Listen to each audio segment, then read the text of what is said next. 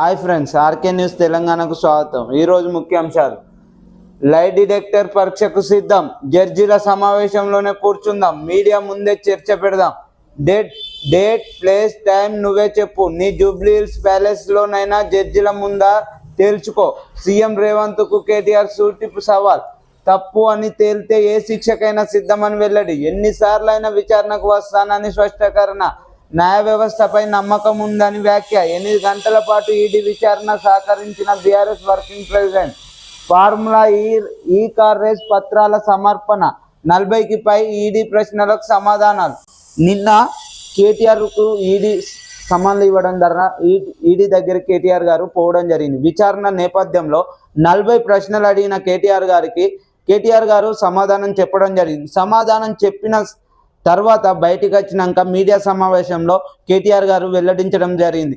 రేవంత్ రెడ్డి గారు ఇది కక్షపూరితమైన కేసులు పెట్టడం వలన అధికారుల సమయం వృధా మరియు అక్కడున్న బలగాలతోని ఇవన్నీతోని రోజుకు 5 నుండి 10 కోట్ల ఖర్చు పెడుతున్నారు నాపై. ఈ 10 కోట్ల ఖర్చు ఏదో రైతులపై పెడితే వారి రుణమాఫీ ఎంతో కొంతమంది రైతులకు రుణమాఫీ అవుతుందని చెప్పడం జరిగింది. దీని వలన ఎలాంటి లాభం లేదు. నేను ఈ రేస్ ఫార్ములా కేసు అనేది దేశంలోనే ఒక గొప్ప స్థాయికి రాష్ట్రాన్ని తెచ్చేందుకు పెట్టినాం తప్ప దీనిలో అవినీతి జరగలే. నువ్వు ఏడికైనా కోర్టుకు రమ్మంటావా, లేక ఈడీ విచారణ కాడికి పోదామా, లేక మీ జూబ్లీ హిల్స్లోని ప్యాలెస్ దగ్గరక నీ ఓటుకు కేసులో దొరికిన మీరు మరియు నేను లైవ్ డిటెక్ట్గా కూర్చుందాం, ఈ మీడియా వారిని కూడా కూర్చోబెడదాం, లైవ్నే ప్రశ్నలు అడుగుదాం. నేను ఒకవేళ తప్పు చేసినట్టు నిర్ధారణ అయితే ఏ కేసుకైనా ఏ శిక్షకైనా నేను సిద్ధమని సవాల్ విసిరిన కేటీఆర్ గారు, ఇవన్నీ కక్షపూరితమైన కేసులు, దీని వలన ప్రభుత్వ టైం వేస్ట్ మరియు ఉన్నత అధికారుల టైం వేస్ట్ మరియు దీనిపై వేచించిన ధనం వేస్ట్ అని కేటీఆర్ గారు మండిపడడం అవుతుంది. ఎందుకంటే ఇది కక్షపూరితమైన కేసు తప్ప దీనిలో ఎలాంటి ఆధారాలు లేదు, నేను ఎలాంటి తప్పు చేయలే. కానీ ఒకవేళ మీరు చేద్దాం పకడ్బందీగా కేటీఆర్ గారిని శిక్ష ఏదో విధంగా కేసులను బలి చేద్దాం అనుకుంటే నేను లైవ్ డిటెక్ట్గా పాల్గొంటాను. మీరు ఏడికైనా ఎన్ని సెంటర్ ఏడికైనా ప్లేస్ చెప్పండి, నేను వస్తా. మీరు కూడా కేసులో ఉన్నారు. ఆ కేసు మరియు నా కేసు ఒకటేసారి విచారణ చేద్దాం. ఆ విచారణలో నేను కనుక తప్పు చేసినట్టయితే న్యాయస్థానాల మీద నాకు నమ్మకం, పూర్తి స్థాయిలో నమ్మకం ఉంది. ఎలాంటి శిక్ష వేసినా కూడా నేను సంతోషంగా తప్పు చేస్తే అనుభవిస్తానని చెప్పడం జరుగుతుంది.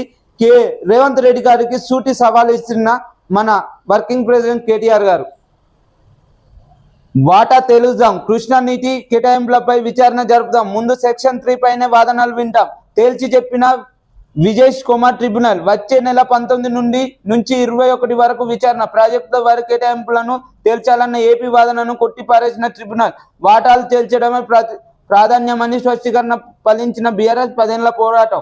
10 ఏళ్లలోని బీఆర్ఎస్ పార్టీ గత ప్రభుత్వంలో ఉండి కృష్ణా జలాలపై పోరాటం చేయడం జరిగింది. ఎందుకంటే గత పాలనలో మనకచ్చే వాటాను కూడా ఆంధ్రప్రదేశ్కి మళ్లించి గత పాలన సీఎంలు ఆంధ్ర సీఎంలే కాబట్టి ఆంధ్రాకే మేలు జరపడం జరిగింది.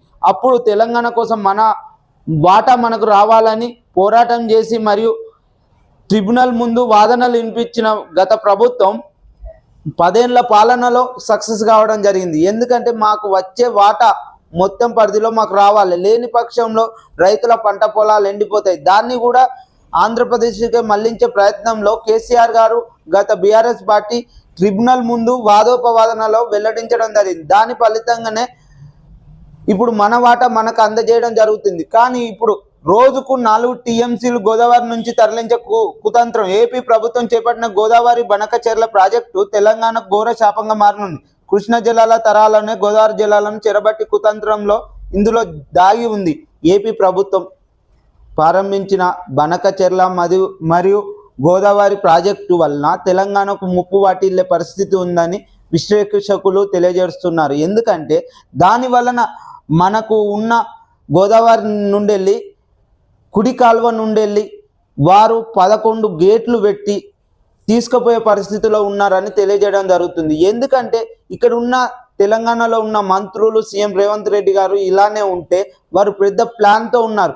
9 గేట్లను 11 గేట్లను పెట్టి వారు గోదావరి నీళ్లను మరలించే ప్రయత్నంలో ఉన్నారు. వారు తప్పుడు ఆరోపణలు ఇచ్చి గోదావరి నీళ్ళు ఏంటంటే సముద్రంలో కలుస్తున్నాయి, వృధా అవుతున్నాయని తప్పుడు నివేదికలు ఇవ్వడం జరుగుతుంది. కానీ ఇక్కడ ఉన్న తెలంగాణలో ఉన్న మంత్రులు, సీఎం రేవంత్ రెడ్డి గారు ఇక్కడ కాళేశ్వరం ప్రాజెక్ట్ ఒక్క పిల్లర్ కుంగితే దాన్ని రిపేర్ చేయకుండా అది సామర్థ్యానికి తట్టుకుంటుందా, మరి కొండపోచమ్మ ప్రాజెక్టు తట్టుకుంటుందా అని చెప్పడం తప్ప వాటిని సరిచేయడం లేకుండా దాని వలన ఏంటంటే గోదావరి నీళ్లు వృధా అవుతుందని తప్పుడు నివేదికలు ఇచ్చి బనకచెర్ల ప్రాజెక్టు ద్వారా తీసుకుపోయే అవకాశం ఉందని తెలియజేయడం జరుగుతుంది. దీనివలన మళ్ళా గత పాలనలో జరిగిన ఉమ్మడి పాలనలో జరిగిన రైతుల పంట పొలాలు ఎండిపోయే పరిస్థితి మళ్ళా కాంగ్రెస్ ప్రభుత్వంలో దాపరించే పరిస్థితి ఉందని తెలియజేయడం జరుగుతుంది. ఈ మంత్రులు, ఎమ్మెల్యేలు, సీఎం రేవంత్ రెడ్డి గారు ఏం చేస్తున్నారు?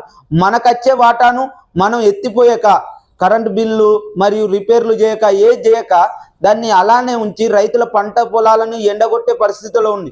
వారేమో రైతుల పక్షాన ఉండి ఇక్కడ నీళ్లను వాళ్ళ రైతులకు మరలించే ప్రయత్నంలో 11 గేట్లను పెట్టి ఎక్కడికక్కడ కుడి కాలువ నుండి తీసుకుని పోయే పరిస్థితిలో ఉన్న ఆంధ్రప్రదేశ్. కానీ ఇక్కడ ఉన్న మంత్రులు రైతుల పక్షాన కొట్లాడడం లేదు. ఎందుకు? ఇది గత పాలనలో జరిగిన పరిస్థితి దాపరిస్తుందని తెలియజేయడం జరుగుతుంది. కాబట్టి మంత్రులు మరియు సీఎం రేవంత్ రెడ్డి గారిని ఎదురబోతున్నారు.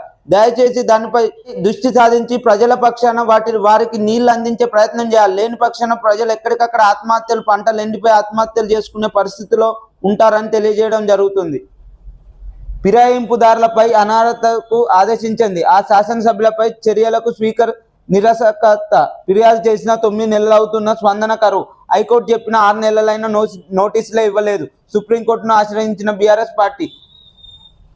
ఫిరాయింపులు చేసిన ఎమ్మెల్యేల పైన కోర్టుకు ప్రతిపాదనలు ఇచ్చిన బీఆర్ఎస్ పార్టీ ఇచ్చినాక కోర్టు ఏం చెప్పిందంటే ఈ ఫిరాయింపులపై స్పీకర్ గారే తుది నిర్ణయం తీసుకోవాలని తెలియజేయడం జరుగుతుంది. మీరు వారిపై అనర్హత వేటు వేయాలని స్పీకర్ గారికి కోర్టు ఆదేశించడం జరిగింది. ఆదేశించిన 9 నెలలైనా కూడా దానిపై ఇప్పటి వరకు స్పందన లేదు.